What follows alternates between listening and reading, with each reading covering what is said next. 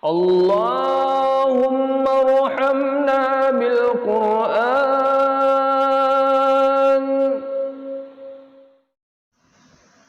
Assalamualaikum warahmatullahi wabarakatuh. Sahabat semuanya, jumpa lagi di channel Ngaji Yuk. Kali ini saya kembali menyampaikan tentang nun mati atau tanwin. Setelah sebelumnya kita berbicara tentang izhar, kali ini tentang idgham. Nah, idgham ini secara bahasa artinya memasukkan satu huruf ke huruf lainnya. Tapi secara istilah lebih jauh lagi, yakni memasukkan satu huruf nun mati atau tanwinnya ke huruf berikutnya atau huruf kedua menjadi bertasydid. Jadi satu huruf pertama, yakni nun mati atau tanwinnya itu dimasukkan ke huruf idgham yang ada 6 huruf, kemudian dibaca dengan tasydid. Dan dia menjadi melebur, karena dia bertasydid maka dia menyatu atau melebur. Huruf idgham ini ada 6 yang tergabung dalam kata yarmaluna.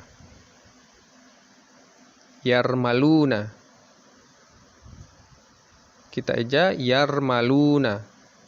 Artinya ada huruf ya di sana, ada huruf ra, ada huruf mim, lam, waw, dan terakhir nun.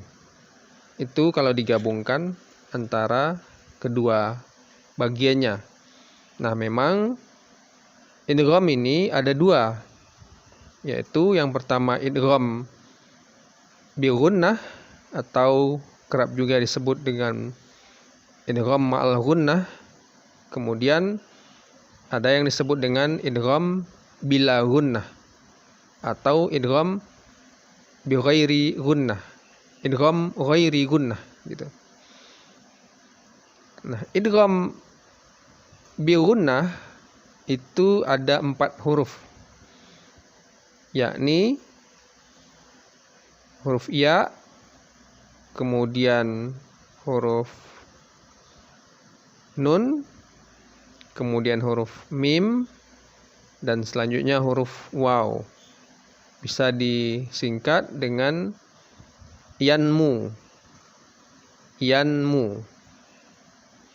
Nah, idgham bi gunnah atau ma'al gunnah ini dia dibaca dengan berdengung.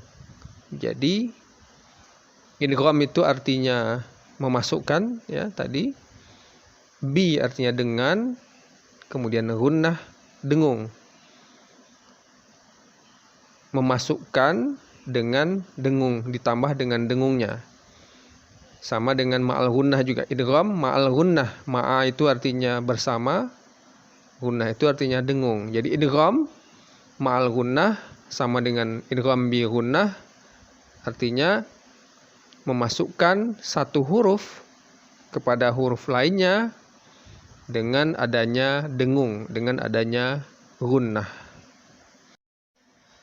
Sekarang kita gunakan contoh. Pertama huruf ya.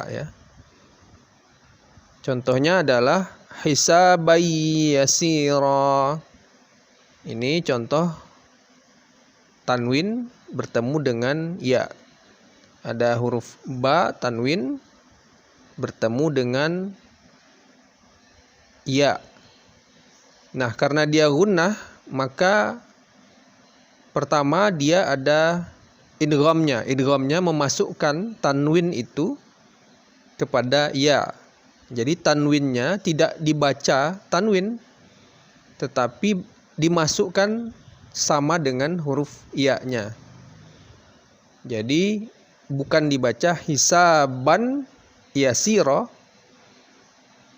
tapi dibaca hisabai yasira. Jadi masuk dia tanwinnya itu ke ya-nya.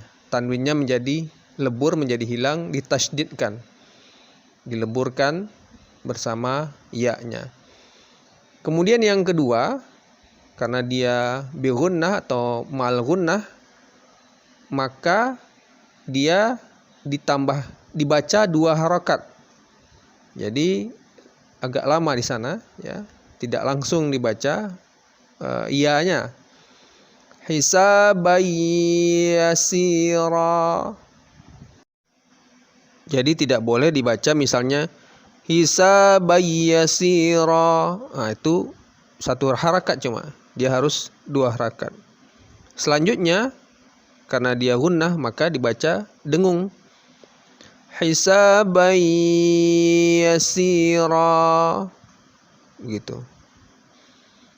Kemudian nun mati yang bertemu huruf ya. Kalau tadi ada tanwin ba, hisaban ya, ban. Kalau ini nun mati an yafqahu. Nah, karena dia idgham maka nun matinya lebur, menghilang, masuk ke dalam ya. Jadi dibaca ayyafqahu. Ingat, yang pertama lebur, nun matinya hilang. Lalu yang kedua dibaca 2 harakat pada tasdidnya itu ya, dijadikan tasdid 2 harakat dan didengungkan. Ayyafqahu.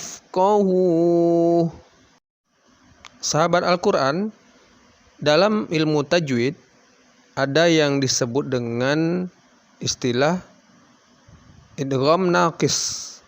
Dan ini nun mati atau nun sukun yang bertemu dengan ya adalah salah satu contoh dari idgham naqis atau idgham yang kurang atau idgham yang tidak sempurna.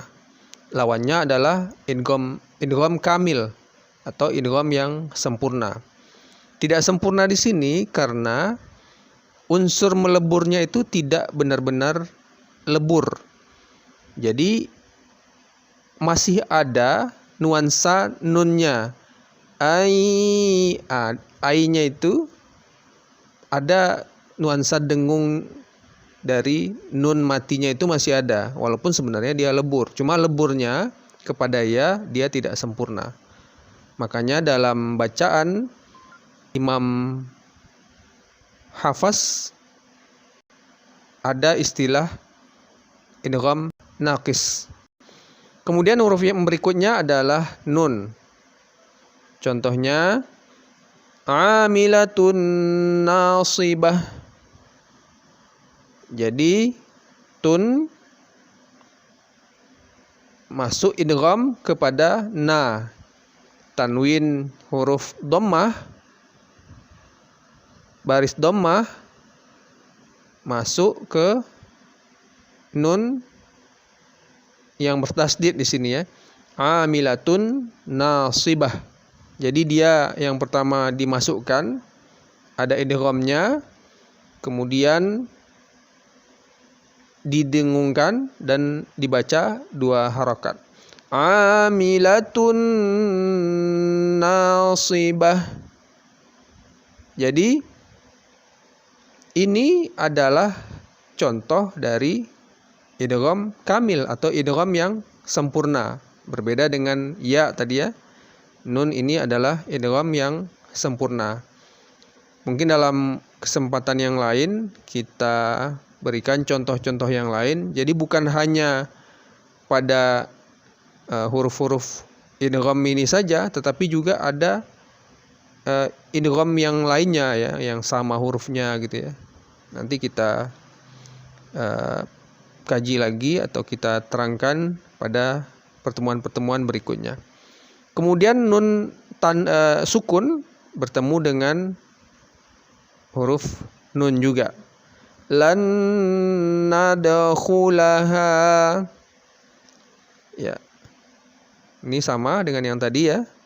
Dan sempurna dengungnya, masuknya sempurna. Idghamnya atau masuknya sempurna. Kemudian dibaca 2 harakat. peralihan itu ya, lalu ada dengung di ujungnya juga. Kemudian mim, bisultanim mubin. Nun tanwin baris bawah atau kasroh masuk ke huruf mim. Jadi tanwinnya melebur ke dalam huruf mim. Jadi tidak dibaca bisultanin mubin. Nah, tanwinnya hilang ya, melebur ke mim. Jadi dibaca bisultanim nim mubin. Ya, sama seperti yang tadi. Pertama idgham dimasukkan dari nun tanwinnya, dimasukkan ke mimnya, lalu dibaca 2 harakat dan didengungkan. Bisultanim mubin. Kemudian contoh yang nun sukun atau nun mati. Amman.